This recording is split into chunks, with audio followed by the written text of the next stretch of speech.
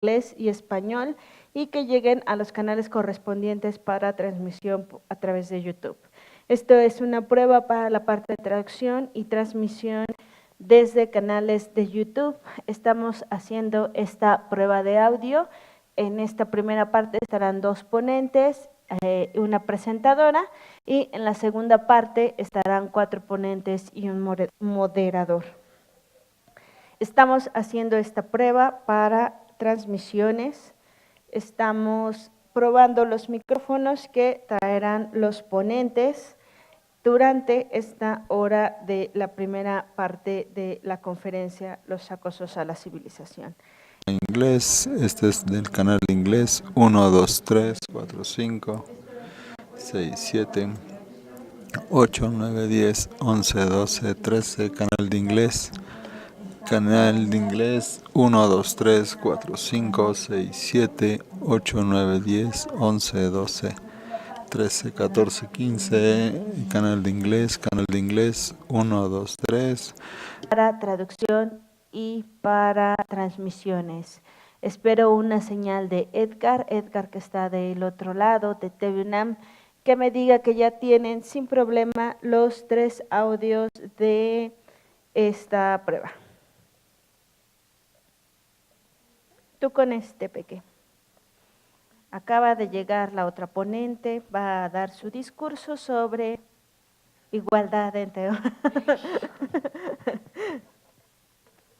¿Qué tal? Muy buenas tardes. Gracias a todos por estar aquí en las pruebas de sonido. Hago pruebas con el micrófono número 2. 1, 2, 3, 4, 5...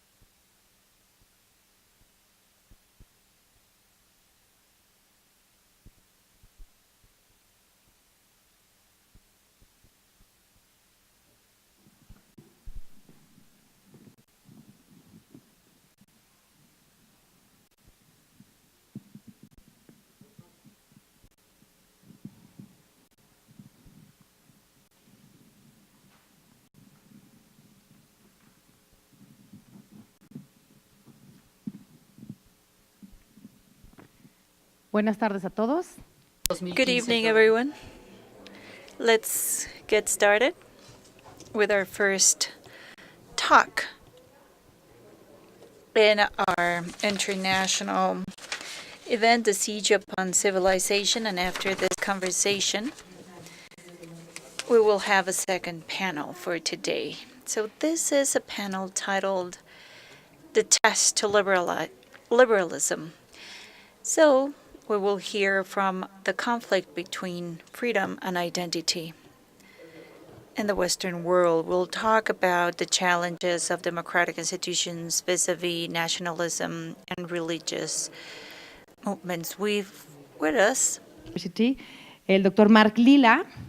we're joined by Mark Lila. I'm going to read his resume. He's a politologist, journalist, and historian of ideas. He's a professor of humanities in Columbia University. He frequently contributes to the New York Review of Books and the New York Times. He holds a lecture Weizmann in Israel, the Carlyle Lecture from Oxford University, and Macmillan Lecture for Religion, Politics, and Society from Yale University. Among his publications, I can mention The Liberal of the Future after the Politics of Intellectuals, Imprudent Mind, God that was never born, Religion, Politics, and Modern West. We are very grateful for Mark Lila for joining us this afternoon. And also, I have with me, and we're very grateful for that, to have Enrique Krause with us. And thank you very much for taking this invitation. You will know him. He's a historian, essay writer born in Mexico City. He's an industrial engineer, graduated from this university, and a PhD in history from Colegio de Mexico in 1977. He became part of the Vuelta magazine in 1981. He became his deputy director, a position he held until 1996. He founded Clio Publishing House, and in 1999 he published Letras Libres, and he heads this magazine. He writes history, essays, and interviews. Along 35 years, he has published, among many other books, Caudillos Culturales de la Revolución Mexicana, Daniel Cosío Villegas, an intellectual biography for a democracy without adjectives, Biography of Power, The Century of Local Bosses. I'm not going to list every single year where these books were published, from Heroes to Myths, Redeemers, Octavio Paz, The Poet and the Revolution, The Growth of Institutions, and The Liberal Essayist. His work about the history of Mexico has been published by HarperCollins in the U.S. under the titles Mexico Biography of Power and Redeemers. Has authored TV series on Mexican history, executive producer of Beyond Borders Films, Undocumented Mexican Americans in 1990. He joined the History Mexican Academy, and he was awarded an award from Spain. And in 2003, he was given the Alfonso X Medal. In 2005, he became part of the National College member, and in 2010, he was granted the National History Prize. He received the International Prize renowned for his Redeemers book. He's published in the New Republic, Dissenting Magazine, the New York Review of Books, and the New York Times. So this talk will happen starting now until 5:50. Enjoy and good afternoon. Good afternoon. It's truly a great pleasure for me, a deep pleasure to be sharing this conversation with my friend of so many years, whom I truly admire, Mark Lila, one of the historians of ideas, a philosopher, essayist, one of the most important of our times. Wait, hello, 1, 2, 3. Hello, 1, 2, 3. Hello, 1, 2, 3. Testing. 1, 2, 3. No escucha el ponente. Hello, 1, 2, 3. 1, 2, 3. Hello, 1, 2, 3. En un momento estará ya nuestro técnico allí. No se preocupen, disculpen la molestia. Hello, 1, 2, 3. Hello.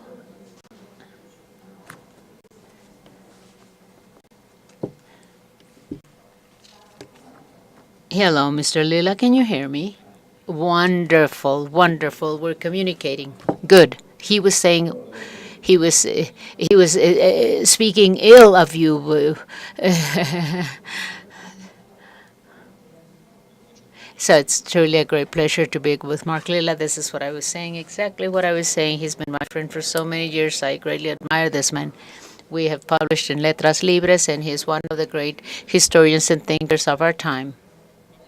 Let's now talk about liberalism and politics. What is this liberalism?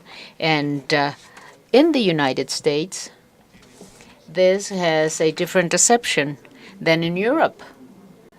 And we in Mexico, for us in Mexico, liberalism is more similar, our reception to the European understanding of the word.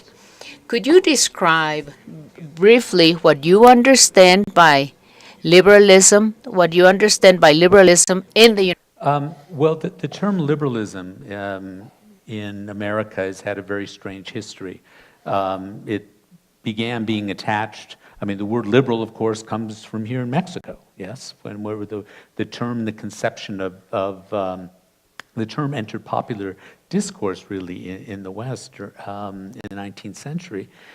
And it made its way back to the United States, mainly being attached to the ideas of John Locke, kind of a classical liberalism. But what happened during the Progressive era, sort of at the turn of the 20th century, and going until the 1930s, the word liberal started being used to describe a kind of social reformism, so a moderate leftism, but one that has no connection to the Marxist tradition, right? So if you say, for instance, that you're of la gauche in France, it means not only that you are socially progressive, but it also means that somehow your lineage comes somehow from the socialist tradition. Whereas in the United States, you can be a liberal, which means that you're progressive on economic matters and social matters, but because you have a certain conception of what it is to be an American citizen and our Constitution, and not based on any theory of history, let's say, that might derive from Hegel or Marx. Es muy importante esta distinción. This distinction is very important to understand the word liberalism in the context of the U.S. and the Mexican context. In Mexico, being a liberal does not signify being in the left, being a leftist. Being a leftist means more to the acceptation, to the meaning you've explained of France. La gauche, you said, with this connection of the socialist tradition, history tradition, not necessarily Marxist. Liberals have something that comes from the 19th century, roots from the 19th century. We have that. Political liberalism. And the thing becomes more complicated because now we have the term neoliberal, which is he who is an orthodox, a liberal orthodox in economics. But these people in this auditorium, in this Carlos Chavez auditorium, none of us are neoliberal. So I think we can just go on to the subject and use the word liberalism. To understand it, this is a liberalism with social vocation. That's what it is in the United States. Mark, why is it that liberalism in the U.S. that characterizes the Democratic Party, basically, this is the way I understand it, why has it not got in collusion with the politics or policy of identity? Let me clarify that you wrote, to provoke this, an article which is noteworthy in the New York Times, The End of Liberalism and Identity. And I understand this was greatly discussed and very polemical in the New York Times. I don't know if in this entire history, could you talk to us about your work, please? I wrote an article in the New York Times a few days after the election of Donald Trump. I wrote it in 4 hours, and I sent it in, and they decided to publish it. And I received my first Twitter bath in acid. The response was was incredibly violent, and it was the most read political article in the New York Times of 2016. And what was extraordinary about the reaction is that it did not address what my fundamental arguments were. It was like a hysterical reaction. And so that's what led me to write the book, to try to explore how we got to the point where even trying to question the contribution of identity to the liberal project was treated as a tremendous intellectual and moral sin. And so I ended up having to try to tell the story of what happened. And the story goes something like this, that there was a liberal consensus in the United States.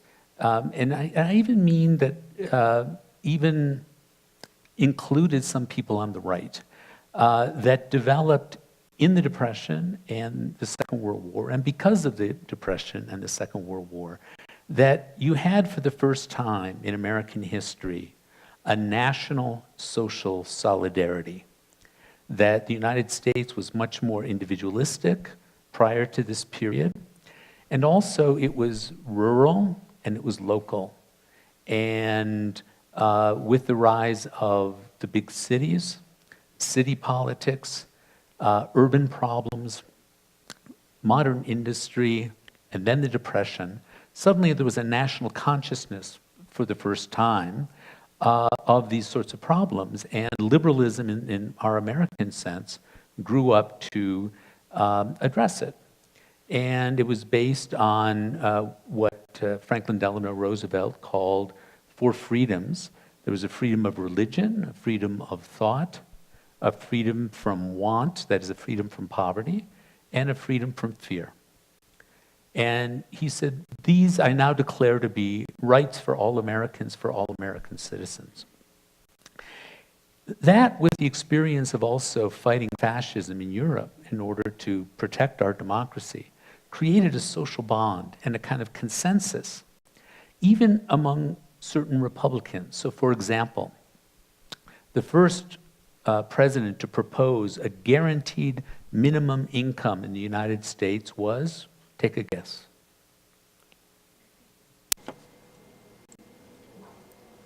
Nixon. Oh. He was the first to propose national health insurance. Oh, those were the days. Esos sí eran tiempos en donde Those were times where racionales. Yeah. chose rational people. It also was a sign that there was a public expectation that the government could legitimately be used to address certain social problems. Well, that consensus began to break down in the 1960s and 70s for all kinds of reasons. One is that many of the ambitions of the welfare state were fulfilled. You know, many social movements collapse because they succeed, not because they fail, or they fail after they've succeeded. And there were failures as well. But there also was a challenge to this liberalism that in the Democratic Party had not addressed the question of race. That Republicans were often more liberal on race questions than Democrats, because in the American South, they were trying to hold on to Jim Crow, what was called Jim Crow, which was discrimination in social life against African Americans. And so the Democratic Party did not have a good record on race matters. And so with the civil rights movement, that was a challenge to this vision of a country that was defending 4 freedoms. And you had African American soldiers who were returning from having fought in World War II for those 4 freedoms. And they found that they couldn't drink from a drinking fountain in the South, or they weren't able to get a loan, or any other thing that they normally would want to do, and they were willing to sacrifice their lives. That was a challenge to this liberal consensus. And what followed after the civil rights movement were other challenges. And they came from women, and they came from gays, saying that they themselves had been excluded from this conception of what citizens were due, what they deserved to get. And so the early feminist movement and the gay movements were about being incorporated into what I call this great democratic we, nosotros, right? That we share something. And then something happened. And what happened was this notion of gender identity and racial identity, and also gender identity, changed from being a kind of political consciousness to being a kind of psychological consciousness. There was a turn within. So that today, when people talk about identity in the United States, they don't talk about identification with, let's say, the history of African Americans, or they might talk about that, but that's not their concern. When they talk about identity, they talk about your very self, your special little self, your miniature self. No una incorporación a un nosotros, sino Not incorporation to us or we, but underlining a separation. Exactamente.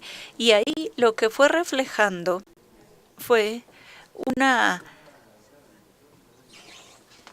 situación que se estaba dando en la sociedad. American journalist and writer called the 1970s the me decade, because Americans just talked about me. And that turn within showed up in our politics in two ways. One, this turn to questions of intimate identity, so that my identity now for young people in the United States is this special thing that's made up of the identities I decide. Well, I decide that I'm gay, or I decide that I'm going to be a woman in this way.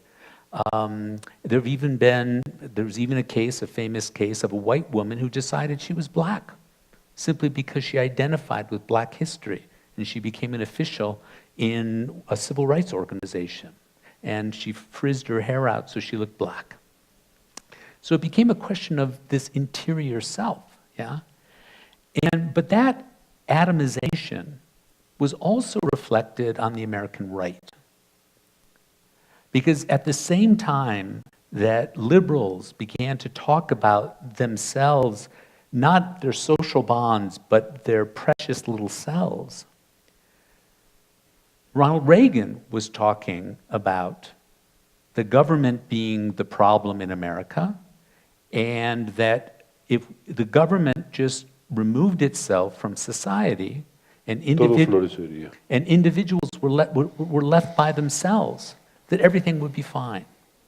And so you had an individualism of the left and an individualism of the right that were all of a part. And so we end up today with a very atomized society with no social vision that's being offered either on the right or on the left, to say what it is that makes us a country and what it is that makes us citizens. Bueno, lo que ocurre es Very well. Mark Lilla has offered a diagnosis of the malaise, the discomfort affecting the United States. And when the U.S. has a cold, Mexico and the world get a pneumonia. So it is very important to understand this diagnosis and how there was a retraction in small compartments of the U.S. society. What happened for Donald Trump to arrive in this context you are mentioning? I think it's very important when it comes to talking about Donald Trump that, and analyzing, and it's hard for people outside the United States to understand that a large part of the story is what is not the presence of Donald Trump, but the absence of an alternative. That we have become a much more individualistic society, a society without vision in general of what our common project is. And so a vacuum has been created. And Donald Trump has filled the vacuum because in his own way, he has actually talked about the country. So Republicans, for example, who were part of the Reagan Revolution, thought that American businesses owe nothing to their workers. The free market would operate and everything would be fine. You're on your own. Yeah? Donald Trump comes along and says, we have to protect our workers. And the Republican candidates in the debates, you could see them look at their shoes and look very uncomfortable because he had broken a taboo by saying that we owe something. Even when he talks about immigration, he actually is addressing the nation as the nation. How do we conceive of ourselves as a nation? How many citizens do we want? Yeah? And that had become a taboo subject, certainly on the left, to have a coherent position on immigration that was not just a position of Christian charity to everyone in the world and cosmopolitanism. So he's this distorted demagogic figure who has filled a vacuum. Pero dime, Donald.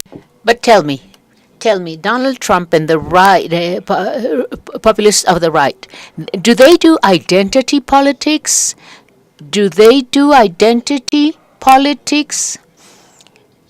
How is this idea related to Donald Trump? Identity politics, please.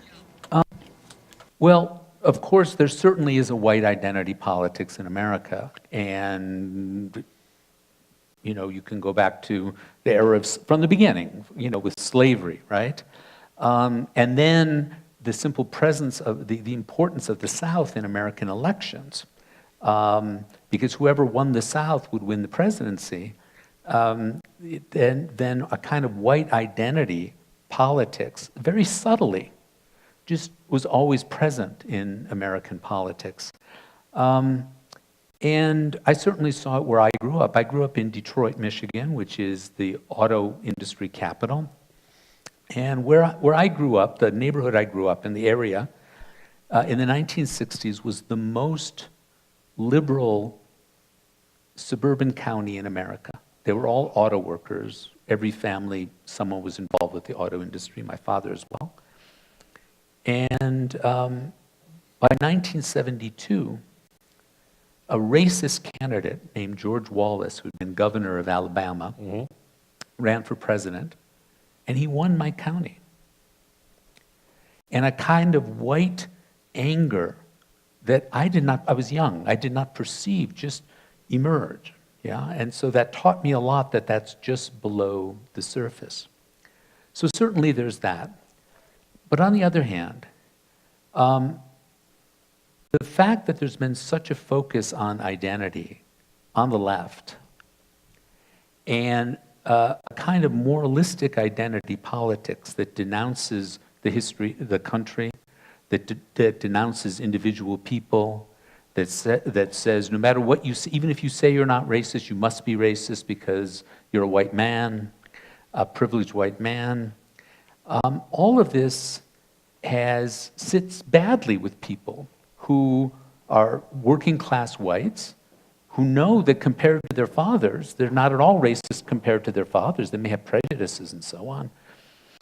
But that's changed. But this hyper-identity politics plays out on television. ¿A dónde? Where? I'm interested. Where the identity politics, where does it see? A worker from Michigan or a grower, a farmer in Iowa, where do they see it? On television? The channels, Fox News, for instance? So Fox News, I don't know if it's present here, but Fox News is in the United States a very right-wing television station that is one of the most popular in America. And every time something happens on an American campus, it's the first thing they show on the news. So if there's some black group that breaks windows or gender politics or something, they put it there because they know they want to give working class white viewers the sense that the Democratic Party is for all these people and they're not for you. And every time identity radicals engage in this kind of activity, Fox lo toma y yeah, they grab them. Digamos que Let's say that Fox News takes it, right? So the Fox News message would be the Democrats, part of the U.S., the West, and the East. It's sequestered, it's hijacked, kidnapped by the identity politics of those groups, right? And those people are not you. That's what is happening. What is the consequence of all this? Yeah, well, the consequences are a sense of weirdly, a profound unfairness. Recently, polls have come out where they've been asking white Americans for years, do you feel that white people are discriminated against? And the numbers were always very small. Since 2014, they've grown like this. And you have to ask yourself, what is that about? Yeah. There's a very interesting book that was published by a Berkeley sociologist named Arlie Hochschild. And the title of the book is Strangers in Their Own Land. Now, she is a classic Berkeley sociologist. You know, she's a feminist, she's a progressive, writes for The Nation magazine, a left-wing magazine. And she decided that she needed to learn something about these people to figure out how they think. And she started going to a small town in Louisiana where she met some people and tried to talk to them about politics, which was very hard. But so she listened. She just listened for 5 years. She would go every summer for like a month for 5 years. And she came up with a metaphor. And the metaphor was this. Imagine you have a line of people, and it's like a moving walkway, and it's moving at a certain speed. And everyone's lined up. You can get the back of the line, and everyone moves up, right? Suddenly, the walkway stops. And suddenly, all these people behind you in the line come in front of you. And people who aren't even in the line, who come from Mexico, they cut in the line ahead of you. And so there's a sense that it's wrapped up with these groups, but it's also wrapped up with this sense that the economy and American society has not fulfilled its promise to these people. And so she would then go around and ask people, what do you think of this picture? And they said, that's my life. That's my life.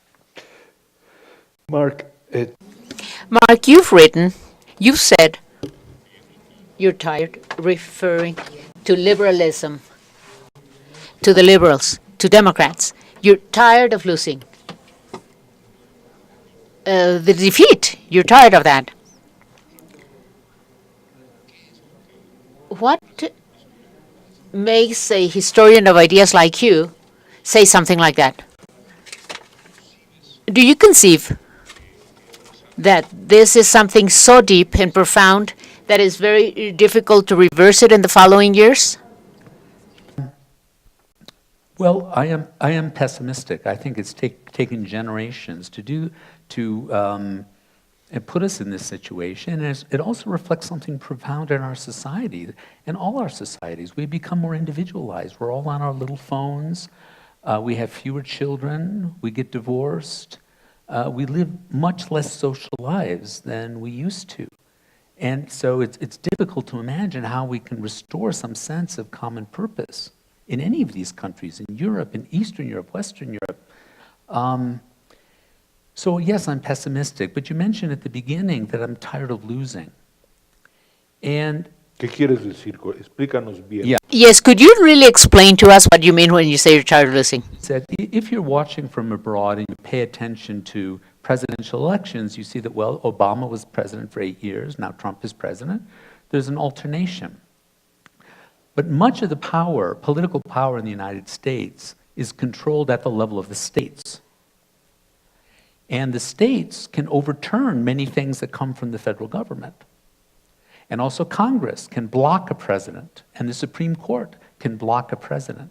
So it turns out the American president is not all that powerful in America. He's much more powerful abroad, I think, than he is in America. And at the state level, as you said, you have on the East Coast and West Coast, those are Democratic areas. But in the vast middle of the country, they're controlled by Republicans. And we have a constitutional right to abortion in America, and there are state after state where a woman cannot get an abortion because the right has found a way to block them. There are places where African Americans are harassed by police when they're driving. The crime is called driving while black, and they get picked up for that. If you don't have Democrats in power, they can't do anything about that. But, so what you want to do is you want to win state and local elections. But if you want to win elections in those places, Exacto. you don't talk about yourself. Tú no hablas sobre... You don't. Right? O sea, es un veneno, vamos a... So this is like a poison with excess. The word identity and the discourse on identity taken to the electoral political level in the United States is radioactive. It is poisonous. Could you explain why? Well, this politics works in bringing out voters who always vote Democratic. It brings out women, it brings out blacks, it brings out gays.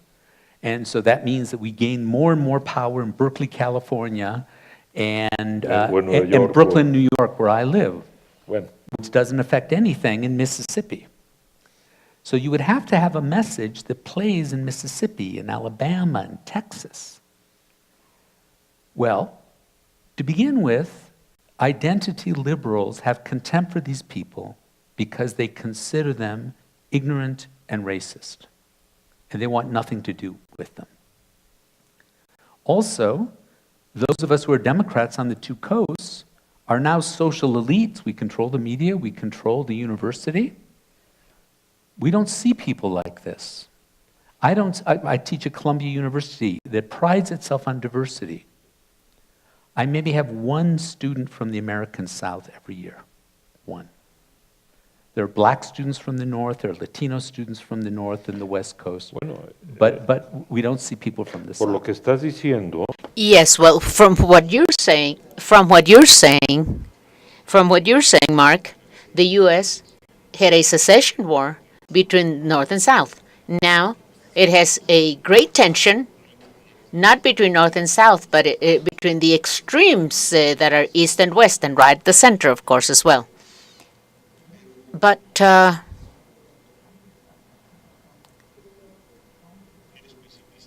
you're pessimistic, but I suppose you have an idea of what can be done.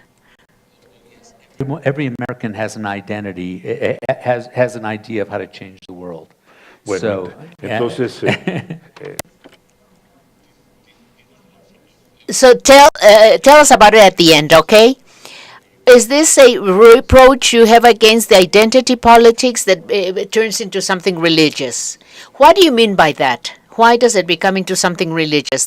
What is the gravitation of religion, of the politics of identity? it's because we are a Puritan nation, you know. We are the first peoples who came to the United States from England were Puritans.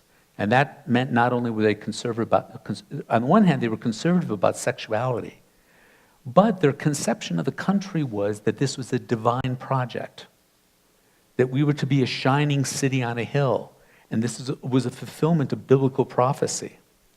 And so there's a moralistic streak in American politics that when you're in a moment of political messianism, and we're in such a moment right now, it's very hard to get people to focus on practical politics.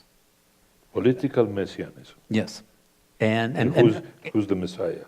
Well, the Messiah is the new ideology of identity that is going to enlighten everyone.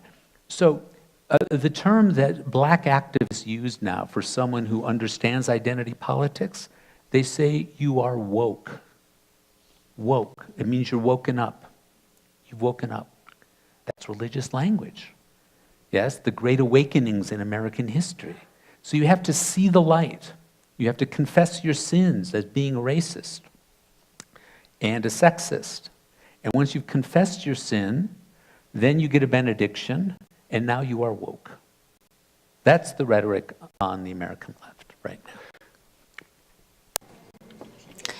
As we move forward in this conversation, Mark, as we move forward in this conversation, what I'm understanding is that on one hand, we have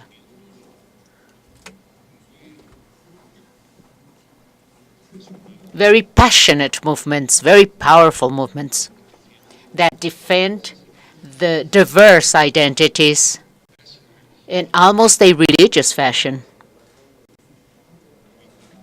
placed especially many times right at the universities. Defense for the politics of identity. On the other hand, in the central states of the United States, we have people who watch Fox News, or they find out and other news, and they say they have no eyes for us. They're our adversaries. And in the middle of those extremes, we have Roosevelt's project that's breaking down, collapsing. Exactly. And not only is that project, because part of the project of Roosevelt was to make everyone a citizen. And so the notion, what we lack is a vocabulary, and this is my little idea in the book, we lack a vocabulary for speaking about what we all share as citizens, whatever our backgrounds. And on the basis of shared citizenship, what not only are our rights, but what are our duties to our fellow citizens. And there's no reason why you cannot defend a progressive economic program on the basis of a shared citizenship. But it's not only that the dream of Roosevelt of creating this kind of nation disappears. It's that identity liberals cannot achieve their own ends. That's my point about winning. Unless you can win elections in all these states in the center, you cannot protect African Americans, gay Americans, and women. ¿Cuál fue? Which, I'm going back to what you just said, but let me ask you this. Which was the effect?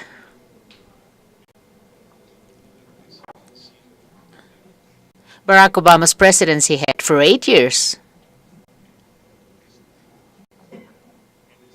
on this mutation, this historic change you're explaining. It's very interesting. I mean, two things are interesting about, now in retrospect, about the Obama presidency. Obama was elected out of a desire for hope in a visionless society. And Obama's slogan was, yes, we can. But he never said, yes, we can do what?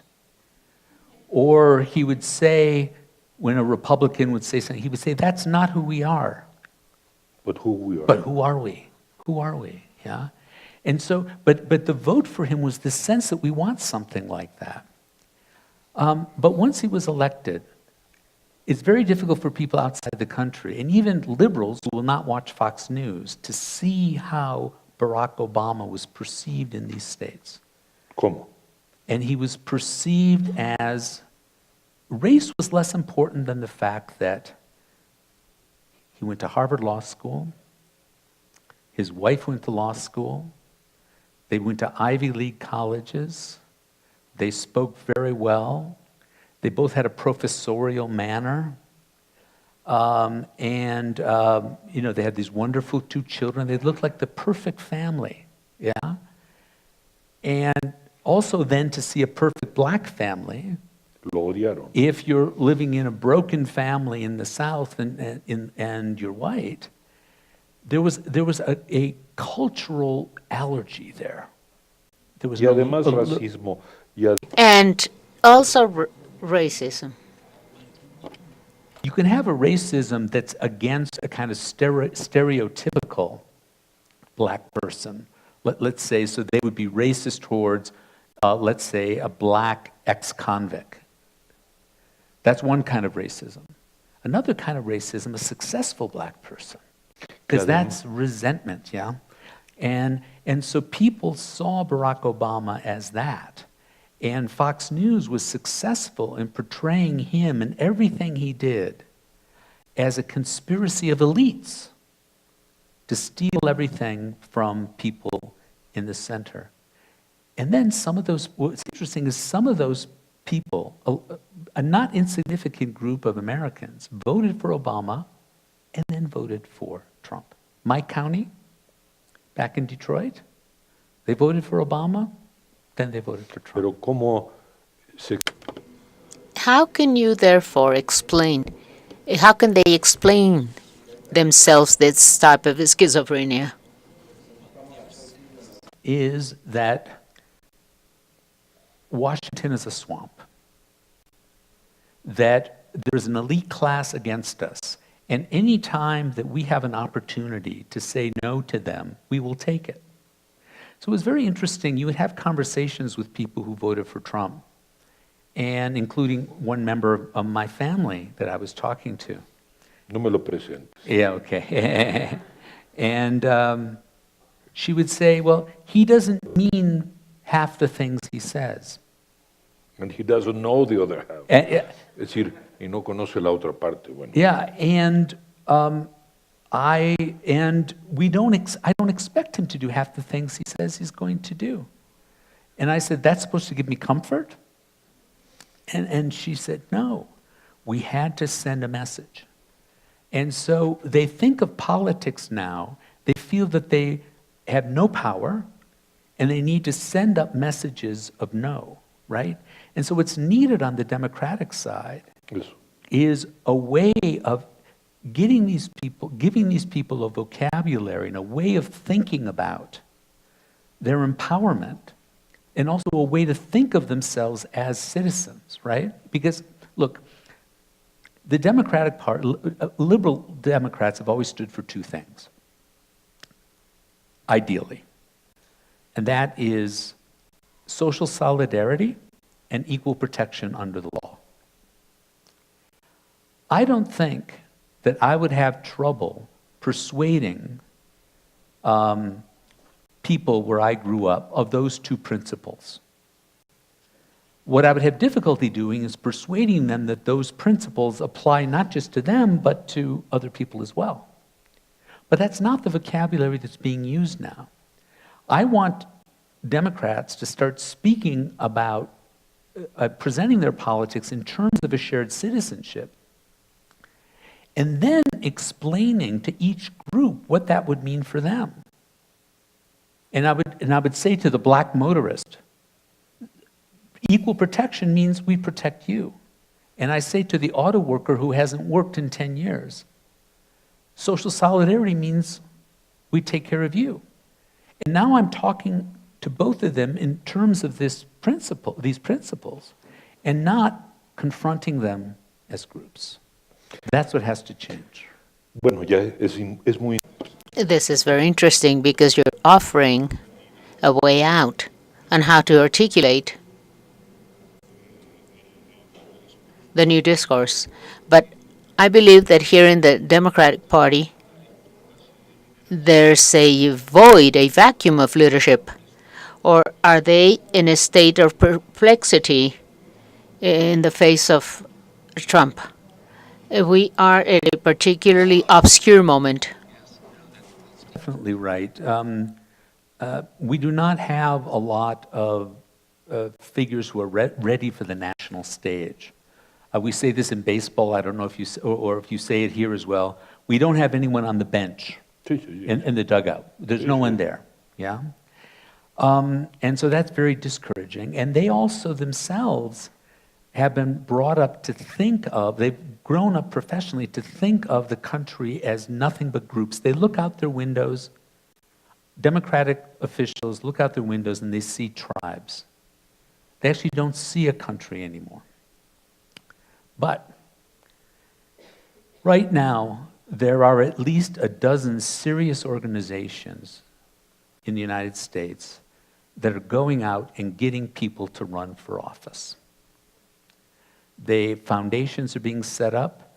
They give them seminars. They teach them how to raise money. They teach them how to do advertising. And you have a flood of interest of people actually wanting to get involved on the Democratic side. And my view is if those people can be educated in this new vocabulary, if they can be taught to think about, again, about the country as a country, where we share something, all of us, by virtue of being citizenships, then there might be some hope. Mi impresión. My personal impression, my own view, Mark, is that if some of the many open flanks or problems Trump is having, especially the one on the relationship with Putin or Russia or the Russian Federation, if any of those flanks, if any of those problems, including the tension with Mexico right now, if any of those flanks, something explodes, whether it is because of the economic crisis that explosion would provoke, or social crisis with Mexico, for instance, or the legal problem and the political problem, that could mean or provoke the beginning of a awareness process, people to start thinking about changing. It hasn't happened yet because we're still in the wave, in Trump's wave. Before going on to some questions from the audience, I wanted to ask you, Mark,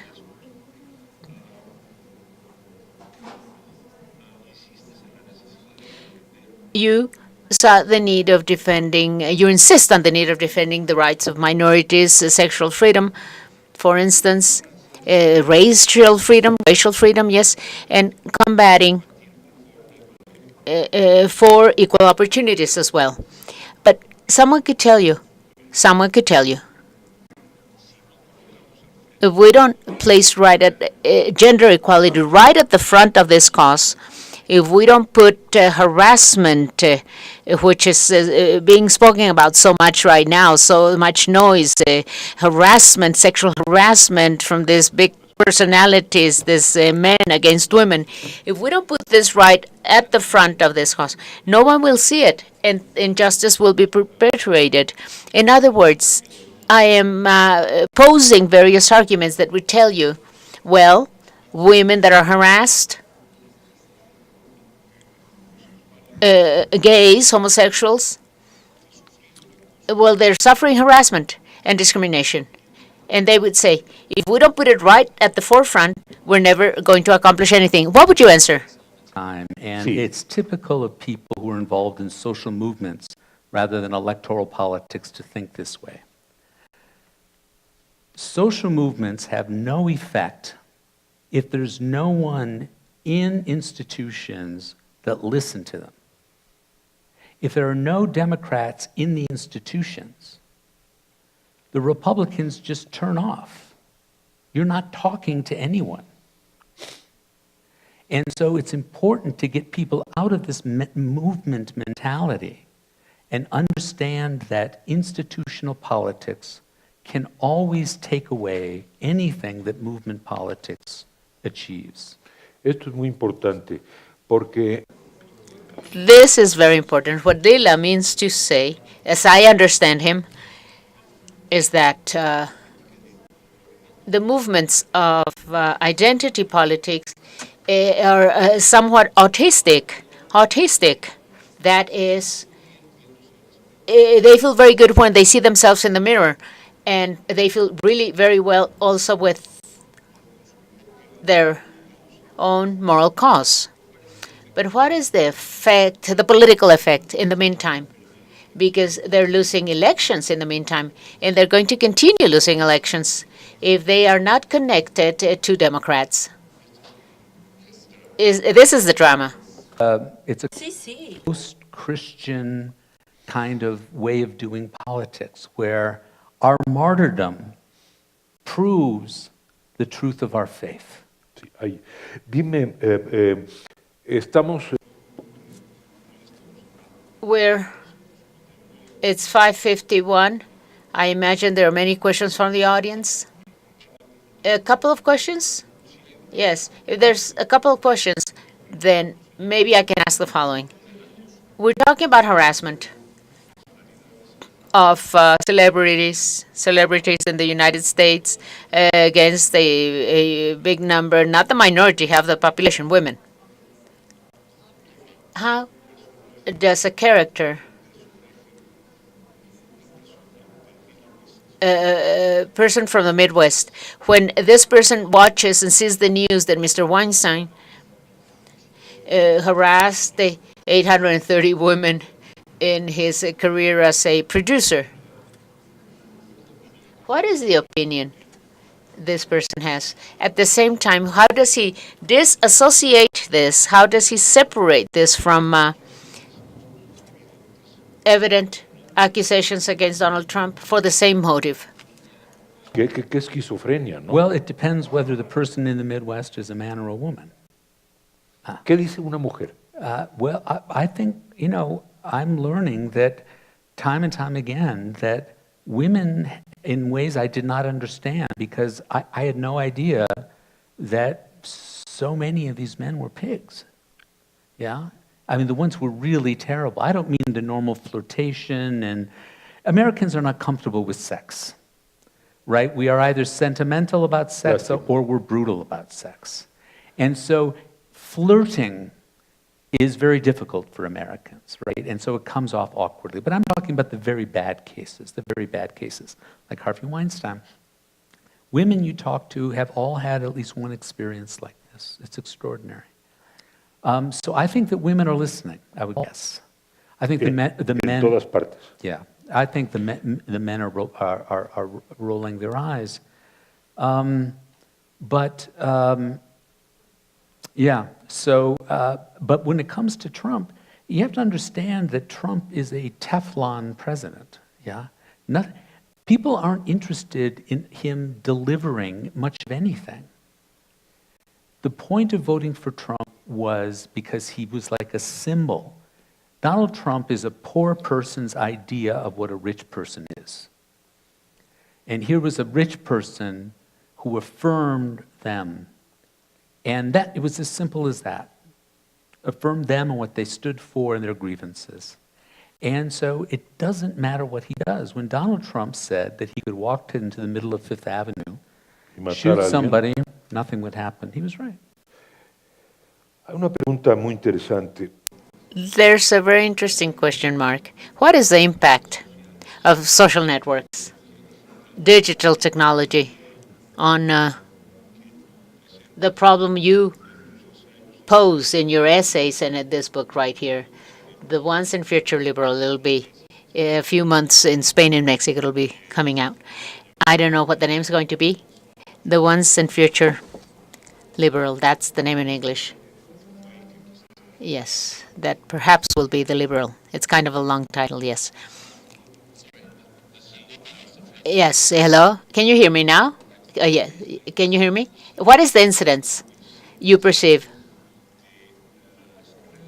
of social networks, digital technology, vis-a-vis the conflict between liberalism and identity politics?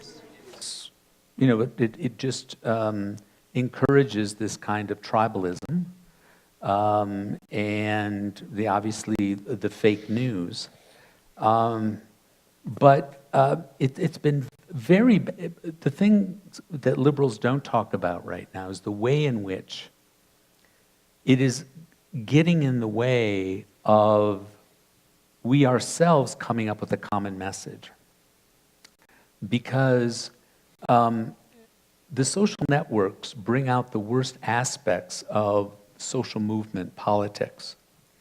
And, I'm a Neanderthal when it comes to Twitter and things like that, but you all know that when you look at Twitter, you see a message and you click on it and a person has 5 followers, the next one, 300,000 followers. They take up the same amount on your screen, right? And so the most radical identity politics people are speaking to themselves, becoming more radicalized, and they have this outsized presence even though they don't have many people following them. And that is something that one would have to face on the Democratic side and get a handle on. Como tú has estudiado, Since you've studied so much history and philosophy of religion, this is a question that has surprised me. I'm sure you'll find it interesting. It talks about omissions in the interpretation of the Bible that Republicans and Democrats ignore. But I prefer, if you allow me, to ask you, what is the gravitation, the religious gravitation, or the place of religion, rather, in both for Democrats, liberal Democrats, and the Republicans? Religion plays absolutely no role on the Democratic side, and that's a problem. ¿por qué? Because we have become a secular elite part at the elite level. Now, of course, Latino voters are religious. A good section of the black population is religious, but Democratic elite politicians never address that. They have an allergy to it. They're very radically secular. And what happens then is that the discourse about religion and politics has been captured entirely by the right. But what's changed on the right is that they have taken out of the Bible every passage about charity. The American Bible no longer teaches charity. It teaches success. It's called the success gospel. And there are preachers, a lot of black preachers actually, also white preachers, who talk about God in this very individualistic way, that he's there for you, not for us. Mm-hmm. He died on the cross for me, not for us. And my success is a sign of the blessings that he is passing down to me. And so a conservative writer wrote a book about this, and he called it Bad Religion. Russ Douthat at the New York Times wrote about this. And also, Americans have become less attached even to their own churches. Now it's very often that American evangelicals go to different churches depending on how they feel that week. You know, I feel like I need a hopeful message today, so I go to one church. I need to hear something serious. La buena noticia, Mark. The good news I have for you, Mark, is that according to what I'm listening, or I'm hearing, our sense, which is so profound in Latinos and the Mexicans, will end up by fixing and saving the very confounded people of the United States. This is what I can tell you. And very confused people of the United States, because the presence of the Latinos in the United States and also the presence of the Mexicans at that, with all our problems, which are enormous, many of them directly caused by the U.S., of course. For instance, drug consumption in the United States. And they put the drug consumption and we put the dead people. Well, if we have anything throughout centuries in Mexico, this is a sense of that, exactly that. As the family, you're still part of the family is there, a sense of community, and where the self, gospel of the self, of the I, of the me, I don't think it'll ever be deep-rooted here in Mexico. So as the Latino population living in the United States, as it becomes aware of the fact that it has to vote, because they didn't vote, and not remotely in a sufficient way did they vote in these last elections, well, I think that this could have an incidence, an impact, not safe, but have an impact. I think we don't have much time. We don't have any more time. I hope you've enjoyed the concepts of this great thinker who is universal and someone we should say farewell to with a round of applause. Thank you so much, Mark.